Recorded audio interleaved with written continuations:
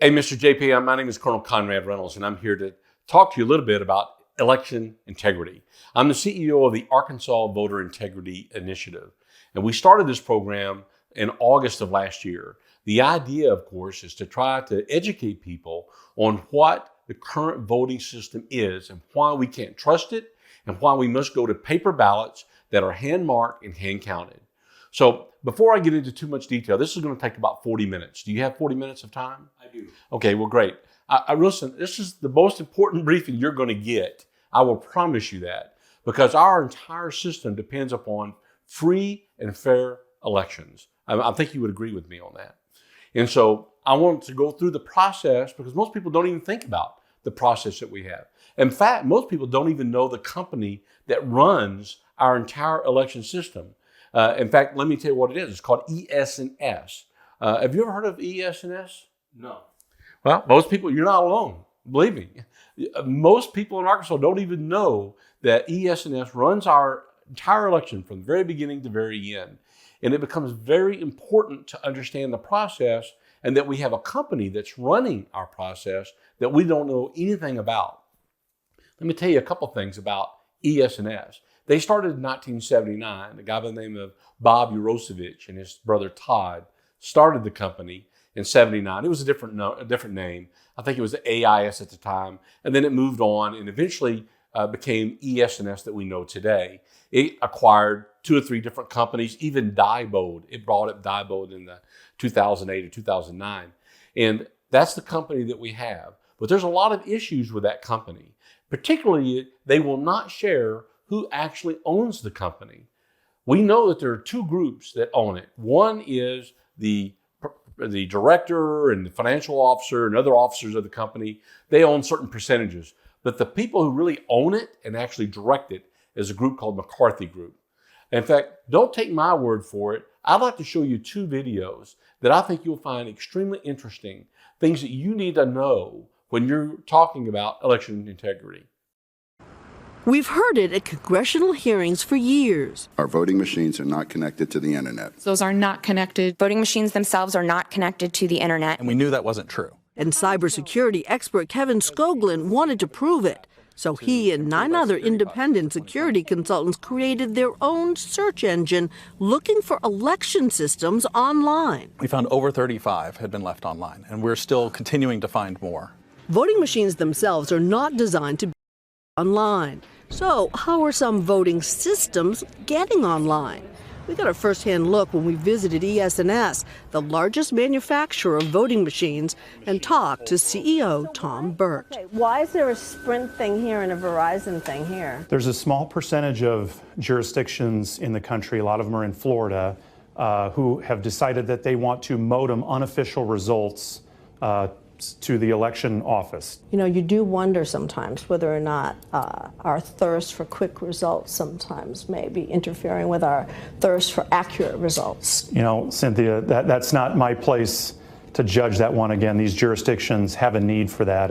ES&S insists while there are 14,000 of its modems in use, there are firewalls separating those modems from the public internet, and that the modems are turned on for just seconds. But Skoglund says that's not enough. So, we're seeing Illinois and Michigan. Last summer, Skoglund's team found ES&S voting systems online in at least some of the precincts in 11 states, including the battleground states of Florida, Michigan, and Wisconsin. If you were able to get inside these systems, could you do more than perhaps mess up the preliminary results? Could you actually get deeper inside the system? Absolutely, and that's my biggest concern. Top computer scientist Andrew Appel agrees with Skoglund. Once a hacker starts talking to the voting machine through the modem, they can hack the software in the voting machine and make it cheat in future elections.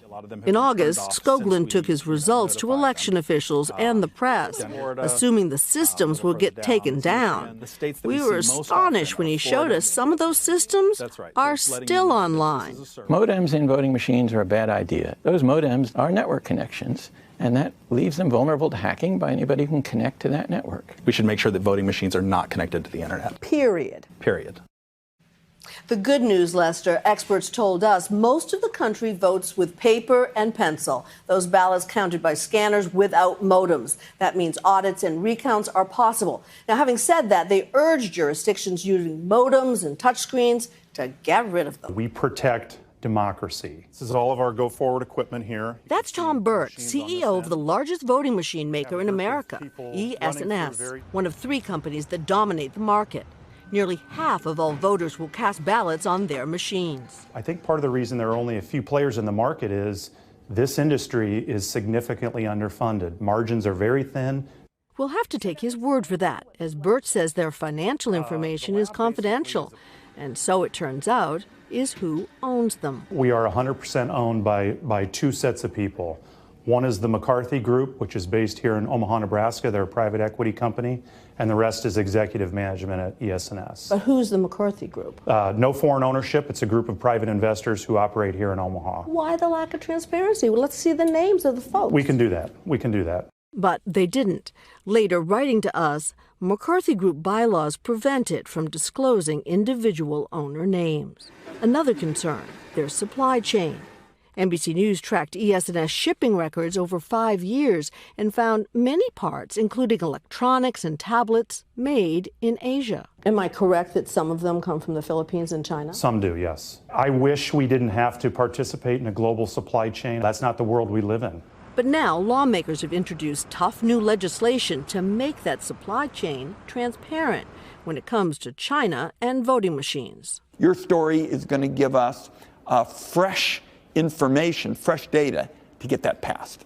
Tom Burt is well aware his company is under scrutiny. We read the papers and understand how citizens feel about the security of their vote. So we're going to do everything we can to make sure that they're as secure as humanly possible. Having said that, there are virtually no requirements when it comes to cybersecurity and election systems. ES&S voluntarily asked the Idaho National Labs to test their products, but ES&S declined to share the results. I'm wondering, is that something you can ask for? Absolutely, and I am going to ask for this information on the basis of your report, and I'm going to say I want it within 10 days. Well, Cynthia, Congress has taken action on this just this week, right? That's right, Lester. The House and Senate agreed to provide $425 million to states to help them protect their voting systems, though critics say it's a year late and $1 billion short. So now you can see, after seeing those 2 videos, you can see we don't know who owns them. In fact, they refuse to even tell NBC who, in fact, owns them. In fact, they're not the only ones. North Carolina tried to find out, or South Carolina. New York, other entities, other states have tried to figure out who actually is the man behind the curtain, who actually runs that company. We don't know. Yet we're told to trust them. We're told to trust them all the way through. And I'm telling you right now, I think we have a problem with that. What about the laws they were trying to pass in that video? Which laws? In the NBC video, it said they were trying to that's another one. That law never got passed. In fact, it was called the SAFE Act. And it was being introduced by the senator out of Oregon that you saw there. The problem is it never got through. It got through the House, but it never got through the Senate. They couldn't get it through the Senate. In fact, I hate to admit it, but it was Republicans who voted it down, who didn't want it. That was a bill that could have absolutely made it a federal offense to have any machine online, but that never passed. So it's not a federal offense at this point to have a machine online. So that's really sad. But I'm glad you picked that up because that's an important portion of that video. But let's talk a little bit more about ES&S and what they know. In fact, what I like to do, if you don't mind, let's go through the voting process very quickly so that you can get an idea and remember how you voted. So what was the first thing you did when you walked into the polling station to go up to the desk to vote? What was the first thing you did? You show your ID. That's right. Exactly right. You show your ID or an ID. In Arkansas, we have an ID law. Although it's not as strong as it should be, but it is an ID law, so it is a good first step. I think we need to make it stronger. But you do show an ID to the person behind the desk. And what's the next thing? What do they ask you then? Do you remember? They confirm your name, right? Yeah, they ask you for your name and your birth date and your address. That's what they ask for, and you respond with that. And then they look up on a computer there or something on the desk. Do you know what that is? It's like a little iPad. Yeah, it's like an iPad. It's called an e-poll book. For electronic poll book. And that is run by ES&S. We have their service to run all of that, basically has the database of every voter in Arkansas. Now, the reason we have these e-poll books is because we went to voting centers, and voting centers have to be able to communicate. Remember in the old days when you had primaries, not primaries, but when you had your precinct, and you could go to your precinct only. So if it was the church down the street, that's where you had to go. And that's the only place you could go to vote. Remember that? Mm-hmm. Well, they changed that, and they have voting centers now, which are much more convenient. I agree. But what happens is now you can go to any one of the voting centers in your county and you can vote. And it really is helpful, I guess, for people who work in one part of the city. They can drive to the closest voting center and go vote. They don't have to go back to their precinct. So that's what they did to have e-poll books. E-poll books are designed to be able to go to multiple places, right? The problem with that is that they have to be, the problem with e-poll books, let's go back again. E-poll books have to be online to work. They have to be online and be able to communicate in real time. They have to know whether you voted in this voting center so that the other voting center knows that you can't vote there. We didn't have that problem with precincts because when you walked into your precinct, you knew exactly, they knew you walked in, you voted, they marked you off the list, you couldn't vote again, that was it. But now it's a little bit different. Why is that important? It was important because where does all that information live? Where does that information reside that's on that e-poll book? Do you know? The county clerk? Nope, not the county clerk. Oh, Secretary of State. Then. Nope, not the Secretary of State. That's what everybody thinks. They think it's the Secretary of State or the county clerk. No, they have real-time access to it. Both of them do. But the actual information is an ES&S server that holds all that information, not the Secretary of State and not your county clerk. That becomes important in the next step. But let's finish talking about once you show your ID, they verify who you are, you do your signature on the electronic signature pad, correct? You remember doing that? Then the next thing you do is you ask for a ballot. If it's a primary, you're going to ask for a Democrat or Republican ballot, correct? Mm-hmm. Okay, let's just say you say, I want a Republican ballot. So a piece of paper pops up, right? Have you ever looked at that piece of paper that comes up, that ballot that they give you? No. No, it's blank. It's all blank except for a barcode at the top and a few words. That barcode at the top of that piece of paper, I'm going to show you kind of, well, I don't have one here, but it kind of looks like this. It looks like this. Let me get this right, like that. That's what's at the top of that ballot. That right there, right? Do you remember seeing that? No. Yeah, most people don't. But when you take this, now remember, this just came off the internet. This just came off the internet on this piece of paper, which they call a ballot, which is not. It's a ballot summary card. Actually, and you take this piece of paper and you put it in that next machine, that touchscreen computer. You know what that's called? It's called the Express Vote. But you take that and you put that in that Express Vote machine, and all of a sudden, on your computer screen, all your selections populate. In other words, everyone comes up that you can vote for. So what they'll tell you is that barcode is for determining your ballot style for your particular address so that you can vote for your school board member or your mayor or your whatever, right? That's why they have that there. But I've asked several county clerks, what else does that barcode tell it to do? You know what they tell me? They don't know. They have no idea because they can't read it. They have no tool to be able to read it. Now, why is that important? I'm just going to give you an example. The reason that's important is because just a second ago, I signed in. They saw that who I am. They know my age, right? Before this ever gets printed off, they know my age. They know how I voted in the past. That's a problem, a potential problem, because when I go to the next machine, they know if I'm 80 years old or 90 or 100. They know that my ability to be able to comprehend or be able to see a mistake on the Express Vote is probably limited. They know that. So do they change? We don't know. Is it possible? Absolutely, because they have all that data available. And again, we can't read that. So let's continue through the process of voting. You go to the Express Vote and you put that piece of paper in, right? You remember doing that? And all those selections came up. That is, again, called the Express Vote machine. Now, we've got studies from the University of Michigan, that's easily you can find on our website, avii.org. If you go to our references, you can read all of those links. But there's a link about the University of Michigan that did a study, and it talked about the ability of people to be able to catch a mistake on the computer screen. Did you know that 93% of the people, when they intentionally changed it on them, right? They intentionally changed it, didn't tell the voter never saw the mistake, not once. So voter intent, we know, is lost on an electronic machine. We know that with paper ballots, it's just the opposite. 98% of the people catch a mistake because they're the ones filling out the oval. They're the ones filling it out, not a machine. And right now, these ballot marking devices that we have called the Express Vote, they mark your ballot for you. But think about when you go to Walmart or you go to a restaurant that's got the menu on a pad. You pick what you want and it prints out a receipt, right? Most of us never even look at the receipt. But I'm saying that's what we have now. It's where you push, and the machine marks it for you. And if you don't double check, triple check, make sure that you're right, you have no way of knowing if you've made a mistake or not, right? So anyway, the machine, the piece of paper comes back out. And on that, did you ever look at that ballot after it came out, after you made your selections? Yeah, read the names.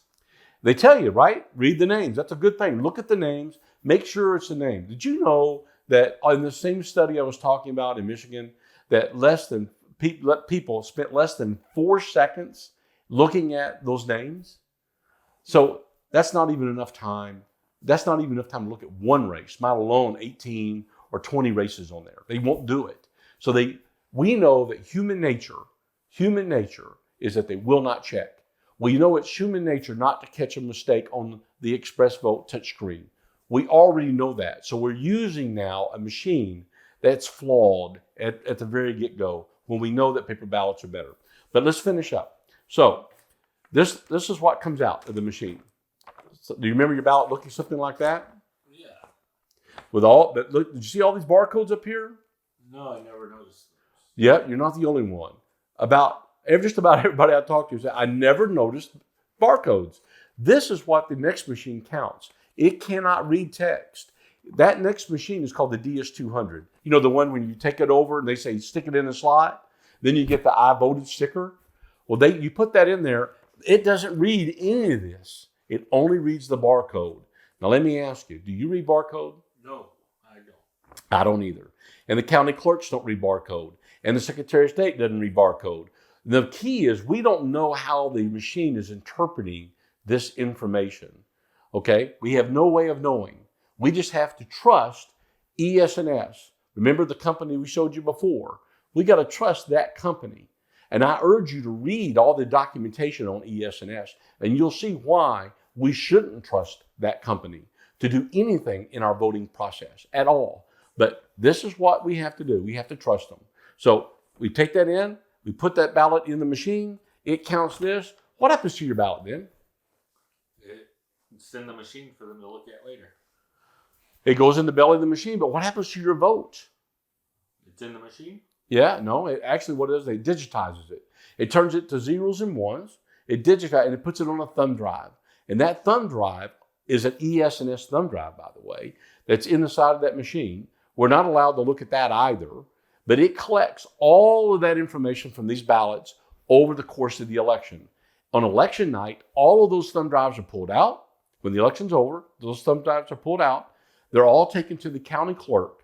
And in the county clerk's office, they have one laptop computer. In fact, all 75 counties in Arkansas have one laptop, and it's not connected to the internet, but it runs ES&S software on it.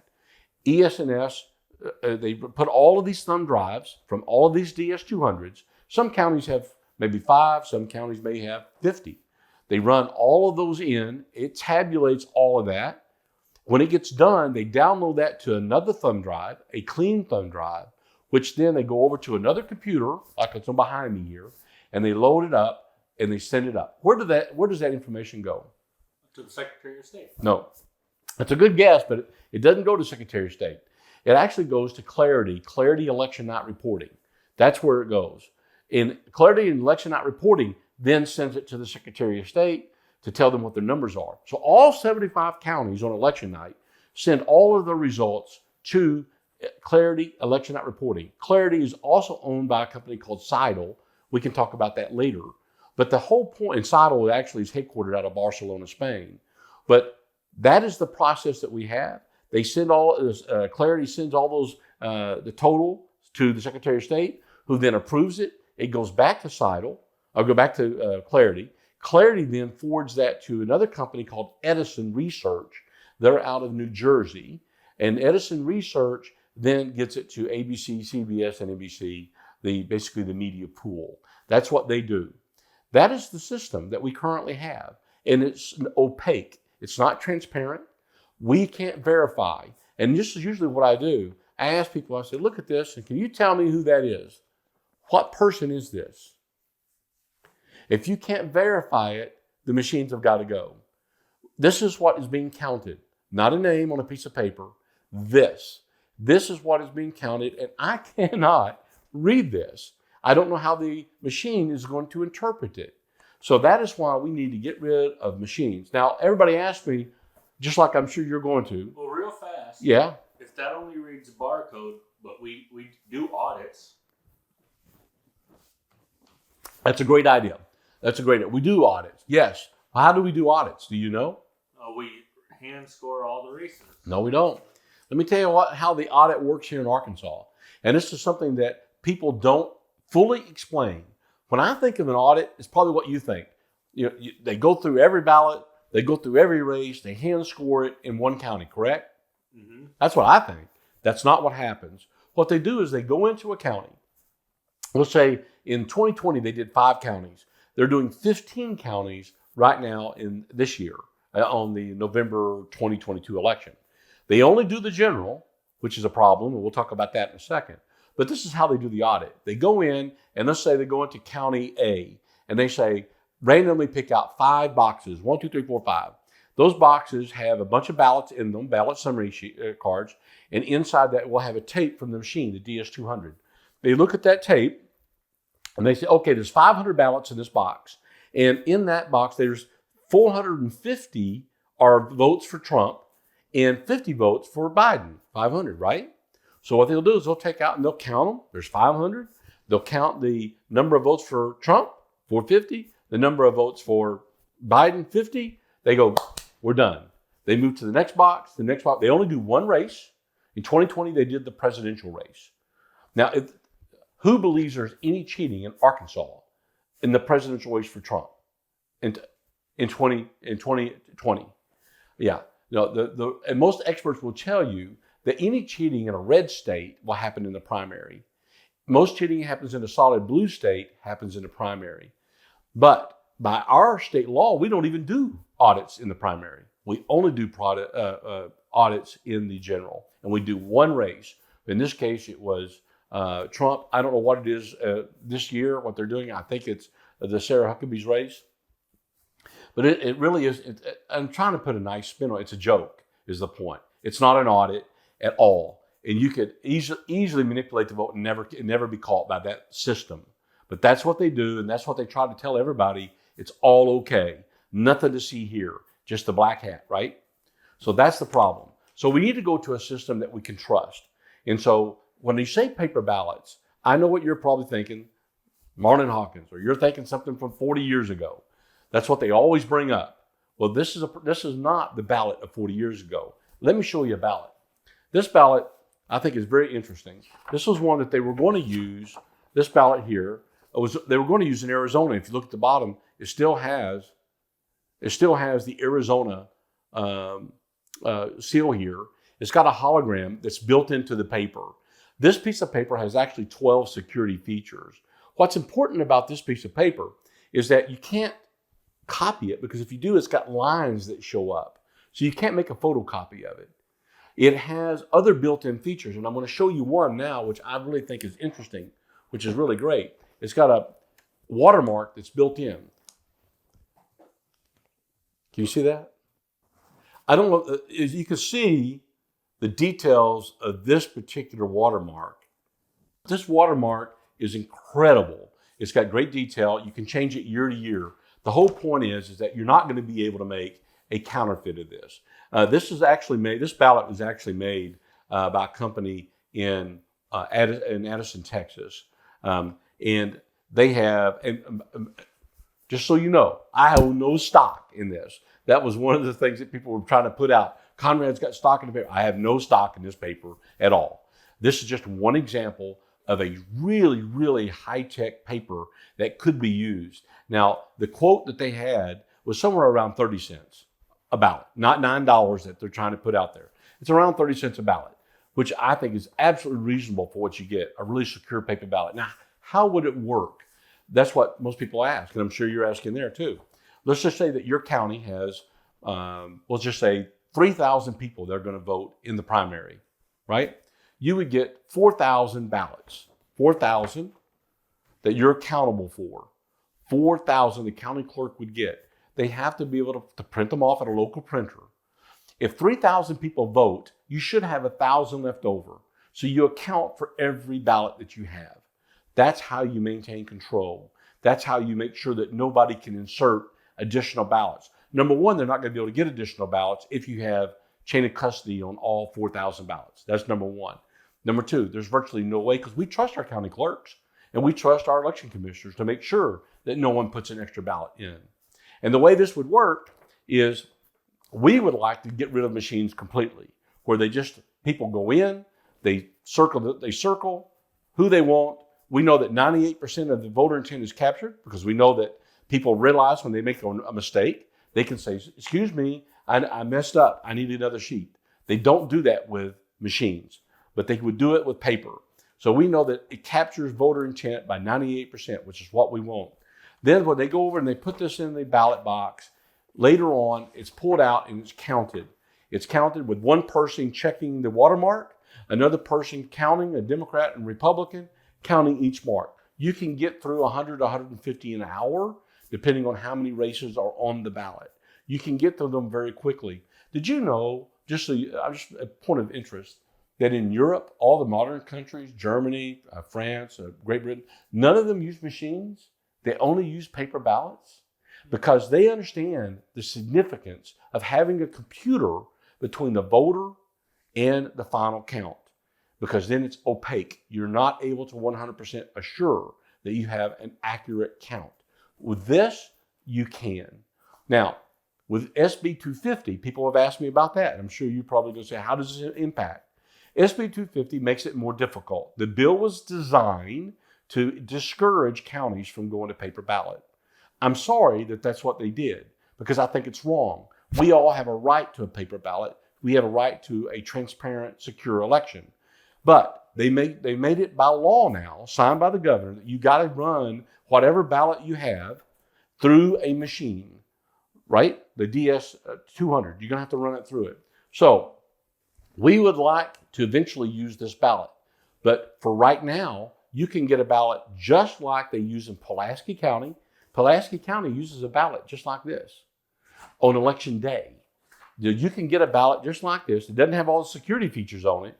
You can get maybe a watermark on the bottom, but it's not going to be as secure as this ballot. But you can make sure you can get these ballots just like they do in Pulaski County.